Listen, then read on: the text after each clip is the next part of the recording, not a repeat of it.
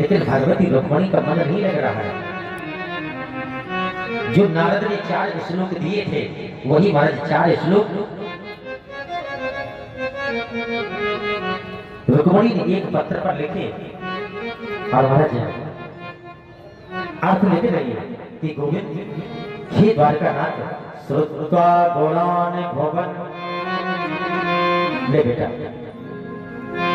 14 भुवनों में ना तो आपके समान कोई छलवान है, ना धनवान है, ना रूपवान है, लेकिन ये हमने आपको देखा नहीं बल्कि सुना है। बोले किसके द्वारा? बोले नारद के द्वारा। क्यों?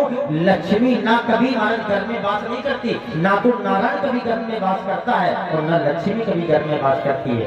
द्वापर में रुक्मणी नाम की लक्ष्मी अगर आई है, भीष्म महाराज को एक कमल के पुष्प पर मिली है। और त्रेता में बोले त्रेता में जो सीता बनकर के आई है तो हमारी पृथ्वी से प्रकट हुई है।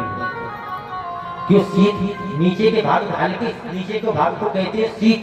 जब हल हमारी पृथ्वी में अटक गया तो जब खुदाई की गई तो एक संदूक निकली, उसी संदूक के अंदर एक नन्ही सी बेटी का जन्म मिला तो नाम रख दिया बोले सीत से जन्म लेने के कारण बोले उस बेटी का नाम सीता रख दिया। कोई भूंजा कहता है कई नाम है सीता के। तो इसीलिए हमारे रुक्मणी कह रहे कि द्वारकानाथ मैंने सुना है और सुनने पर ही मैंने आपको वरण कर लिया। और त्रेता को द्वापर में रुक्मणी ने सुनने पर भगवान कृष्ण को वरण किया और त्रेता में माता सीता ने देख करके लोचन मग रामई और आने और दीने पलक प्रभु राम ने सीता को देखा और सीता ने राम को देखा और गई भवानी भवन बहुरी पूरी चरण बंद कर जोड़ी और जय जय गिरवर राज किशोरी जय महेश मुखचंद चकोरी जय गज बदन खड़ानन माता जगत जनन दामन दुखदाता। नेत्रों के द्वारा वर्णन किया है। आज रुक्मणी ने महाराज 4 पत्र लिखे, महाराज 4 श्लोक लिखे और कह रहे कि द्वारकानाथ देखा जाए तो आप साक्षात ब्रह्म हैं और ये रुक्मणी साक्षात लक्ष्मी है। तो ये रुक्मणी किसका भोजन है? बोले एक सिंह का भोजन है। और लेने कौन आ रहा है? बोले शिशुपाल रूपी सियार लेने के लिए आ रहा है। तो जीते जी तो रुक्मणी ऐसा कभी होने नहीं देगी। मरने के बाद तो मेरे शरीर का स्पर्श कर सकता है, लेकिन जीते जी ऐसा कभी नहीं होगा कि कातम मुकुंद महेती तुलसील रूपा वृद्धापयोद्रवण धाम भिराम तुल्य धीरावती कुलवती नवनीत कन्या काले नृसिंह नरलोक मनोभिरामा। 4 श्लोक लिख दिए, आते भी लिख दिया, फिर नीचे लिखा नोट। आजकल भी बस शादी विवाह होते कोई भी काम हो तो नीचे नोट लिखा जाता है। तो रुक्मणी ने भी हमारे नोट में क्या लिख रही है कि द्वारकानाथ हमारे यहाँ एक प्रथा है कि चाहे लड़का हो चाहे लड़की, लड़का के मंडप के दिन गौरी माता का पूजन करने के लिए जाता है और बेटी का टीका हो जाता है, चढ़ावा चढ़ जाता है।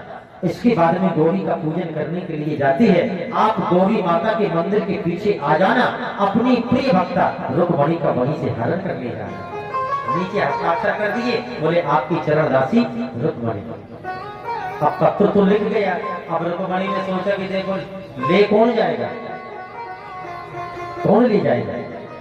बार बार रुक्मणी अटाल का पत्थर नीचे, फिर अटाल का पत्थर नीचे।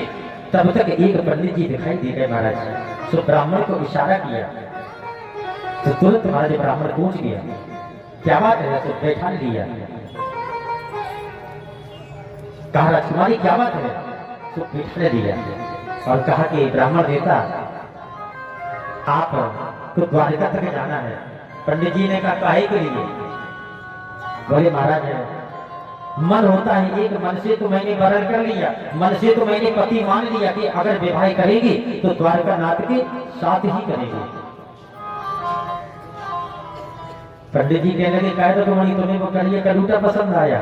रुक्मणी ने कहा हमें वो करिए पसंद है। बोले वो चोर? बोले हाँ चोर ही ठीक है, लेकिन महाराज आप ये पत्र लेकर के चले जाओ। ब्राह्मण कहने लगा जानती हो यहाँ से 550 किलोमीटर दूरी पर हम पहुंच भी नहीं पाएंगे। इधर बारात आ जाए, टीका हो जाए, चढ़ावा चढ़ जाए, भामर पड़ जाए, तुम्हारी बेदम हो जाए। रुक्मणी ने सोचा कि पंडित जी ऐसा नहीं है, तो पंडित जी को 5 मोहरें निकाली, हाथ सरकाए दें। तो पंडित जी ने जो मोहरें देखी बोले चलो